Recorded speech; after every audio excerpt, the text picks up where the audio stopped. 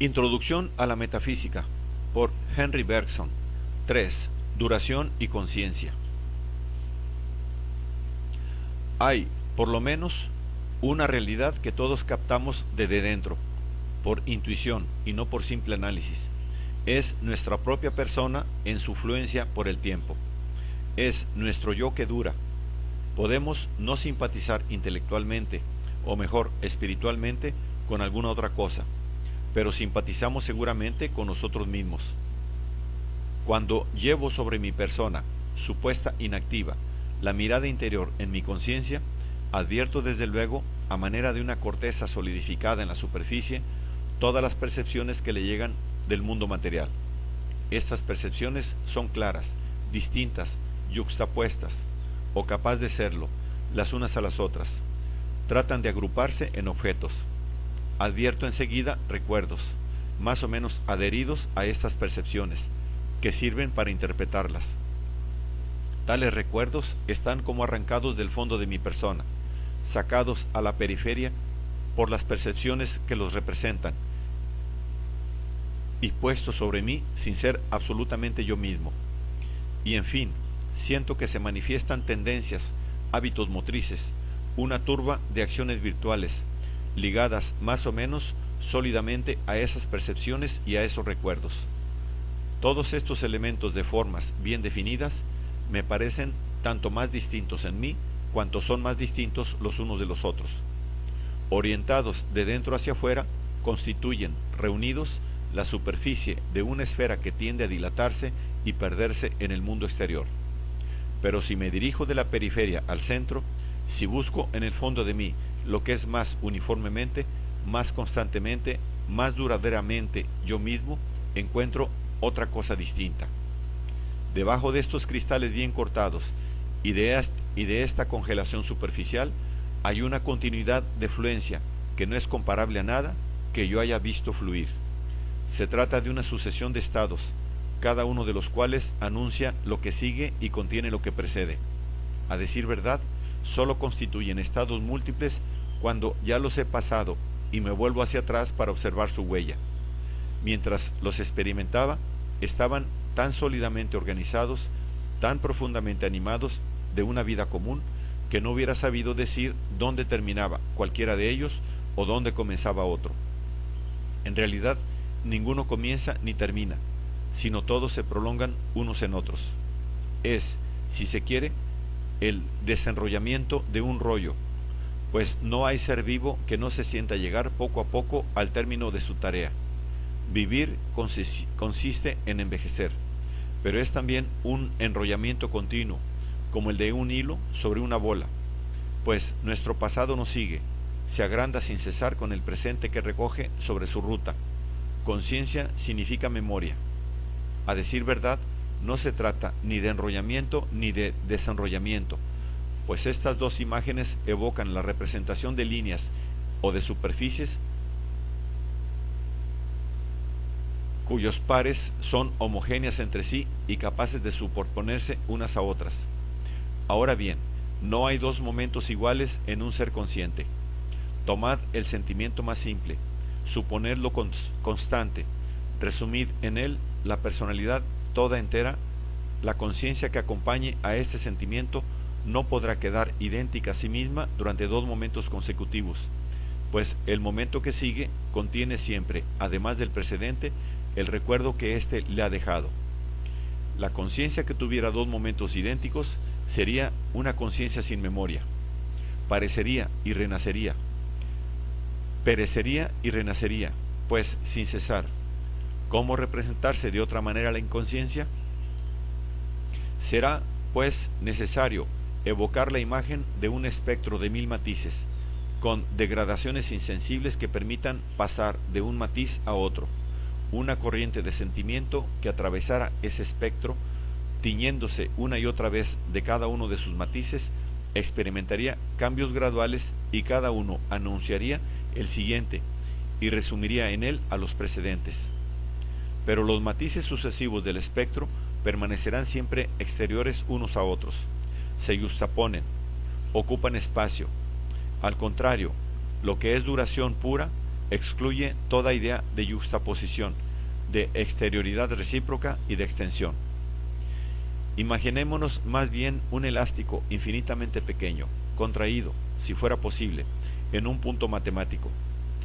Alarguémoslo progresivamente de manera que hagamos salir del punto una línea que vaya agrandándose siempre.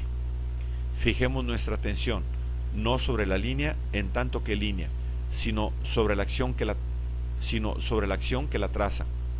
Consideremos que esta acción, a pesar de su duración, es indivisible.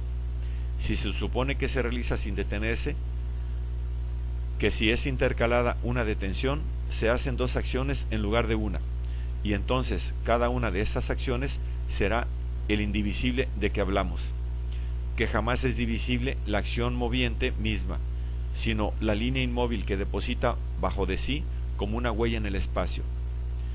Liberémonos, en fin, del espacio que subtiende el movimiento, para considerar sólo el movimiento mismo, el acto de tensión o de extensión, y en suma la movilidad pura.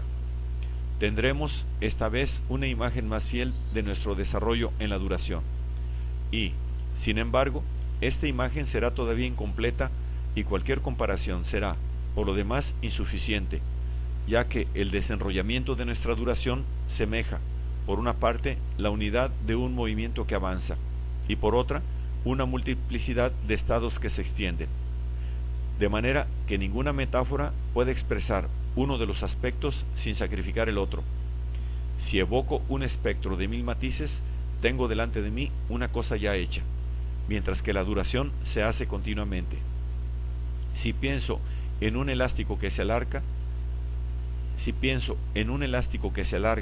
en un resorte que se tiende o se distiende, olvido la riqueza de un colorido que es característica de la duración vivida, para no ver más que el movimiento simple por el cual la conciencia pasa de un matiz a otro.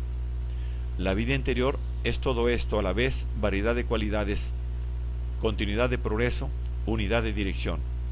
No podría representársela por imágenes, pues menos aún se la representaría por conceptos, esto es, por ideas abstractas, o generales o simples. Sin duda, ninguna imagen expresará completamente el sentimiento original que yo tengo de la afluencia de mí mismo, mas de ninguna manera es necesario que yo trate de expresarlo. Al que no sea capaz de darse a sí mismo la intuición de la duración constitutiva de su ser, nada se la dará jamás, ni los conceptos ni las imágenes. A este propósito, la única tarea del filósofo debe ser provocar un cierto trabajo, que los hábitos de espíritu útiles a la vida tienden a obstaculizar en la mayor parte de los hombres. Ahora bien, la imagen tiene al menos la ventaja de mantenernos en lo concreto. Ninguna imagen reemplazará la intuición de la duración, pero muchas y diversas imágenes, tomadas de órdenes de cosas muy diferentes, podrán, por la convergencia de su acción, dirigir la conciencia sobre el punto preciso donde haya una cierta intuición que captar. Al elegir imágenes tan disparatadas como sea posible, se impedirá que cualquiera de ellas usurpe el lugar de la intuición que tiene por encargo evocar, pues entonces será apartada inmediatamente por sus rivales. Al hacer que todas exijan de nuestro espíritu, a pesar de sus diferencias de aspecto, la misma clase de atención y en cierta manera el mismo grado de tensión, poco a poco acostumbraremos la conciencia a una disposición muy particular y bien determinada, precisamente aquella que deberá adoptar para aparecerse a sí misma sin velo. Pero todavía convendrá que ella consienta en hacer este esfuerzo, pues no se le habrá mostrado nada. Simplemente se le habrá buscado en la actitud que debe tomar para hacer el esfuerzo querido y llegar por sí misma a la intuición.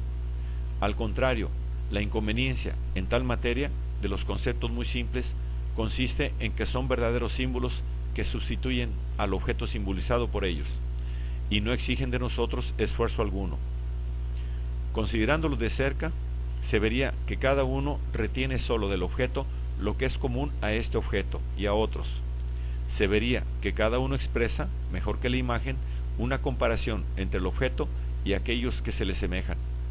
Pero como la comparación ha descubierto una semejanza y esta es una propiedad del objeto, y una propiedad tiene todo el aire de ser una parte del objeto que la posee, fácilmente nos persuadimos que, yuxtaponiendo conceptos a conceptos, recompondremos el todo del objeto con sus partes y obtendremos, por así decir, un equivalente intelectual. De esta manera, al confrontar los conceptos de unidad, multiplicidad, continuidad, divisibilidad finita o infinita, etc., creemos formar una representación fiel de la duración. Mas aquí está precisamente la ilusión. También está aquí el peligro. Cuanto más las ideas abstractas pueden dar servicio al análisis, es decir, a un estudio científico del objeto en sus relaciones con todos los demás, tanto son incapaces de reemplazar a la intuición, es decir, a la investigación metafísica del objeto en lo que tiene de esencial y propio. Y efectivamente, por una parte, tales conceptos, colocados en hilera, nunca nos darán sino una recomposición artificial del objeto, del que sólo pueden simbolizar ciertos aspectos generales y en cierto sentido impersonales. Por esta razón, es inútil creer que con ellos se capta una realidad cuyas sombras se limitan a presentar. Pero, por otra parte, al lado de la ilusión hay también un peligro muy grave, pues el concepto generaliza al mismo tiempo que abstrae. El concepto sólo puede simbolizar una propiedad especial, volviéndola común a una infinidad de cosas. Siempre la deforma más o menos por la extensión que le da. Una propiedad, respuesta en el objeto metafísico que la posee, coincide con él, por lo menos se amolda a él, adopta los mismos contornos. Extraída del objeto metafísico y representada en un concepto, se alarga indefinidamente y sobrepasa al objeto, ya que de aquí en adelante debe contenerlo juntamente con otros. Los diversos conceptos que nos formamos de las propiedades de una cosa dibujan, pues, a su alrededor otros tantos círculos cada vez más amplios, pero ninguno se aplica exactamente sobre ella. Y, sin embargo, en la cosa misma, las propiedades coincidían con ella y coincidían consecuentemente todas entre sí. No será forzoso, pues, buscar algún artificio para restablecer la coincidencia. Tomaremos uno cualquiera de estos conceptos e intentaremos, con él, ir reuniendo a los demás. Pero, según partamos de este o de aquel, la reunión no se operará de la misma manera. Según partamos, por ejemplo, de la unidad o de la multiplicidad, concebiremos diferentemente la unidad múltiple de la duración. Todo dependerá del peso que atribuyamos a tal o cual concepto, y ese peso será arbitrario siempre, ya que el concepto extraído del objeto no tiene peso, siendo como es sombra de un cuerpo. Surgirá así una multitud de sistemas diferentes, tantos como puntos de vista exteriores haya sobre la realidad que se examina, o como círculos más amplios que la puedan contener. Los conceptos simples no tienen, pues, sólo la inconveniencia de dividir la unidad concreta del objeto en otras tantas expresiones simbólicas. También dividen la filosofía en escuelas distintas, cada una de las cuales retiene su lugar, escoge sus cartas y entabla con las otras una partida que no terminará jamás. O la metafísica no es sino este juego de ideas, o bien, si es una ocupación seria del espíritu. Si es una ocupación seria del espíritu, conviene que trascienda los conceptos para llegar a la intuición. Ciertamente los conceptos le son indispensables, pues todas las otras ciencias trabajan las más de las veces sobre conceptos, y la metafísica no podría abstenerse de ellas. Pero sólo es propiamente ella misma cuando sobrepasa al concepto, o, al menos, cuando se libera de los conceptos rígidos y ya hechos, para crear conceptos muy diferentes de los que manejamos en la vida diaria. Me refiero a representaciones flexibles, móviles, casi unidas, siempre prestas a amoldarse a las formas huidizas de la intuición. Volveremos en otra parte sobre este punto importante. Bástenos haber mostrado que nuestra duración puede sernos presentada directamente en una intuición, que ella puede sernos sugerida indirectamente por imágenes, pero que no podría, si se deja a la palabra concepto su sentido propio, ser encerrada en una representación conceptual. Intentemos, por un instante, hacer una multiplicidad.